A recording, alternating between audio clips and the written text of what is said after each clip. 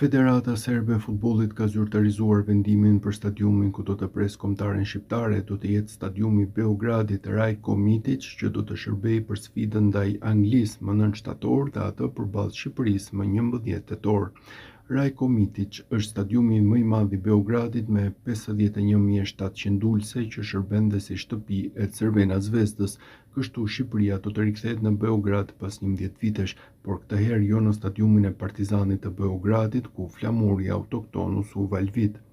Njoftimi i Federatës Serbe të Futbollit.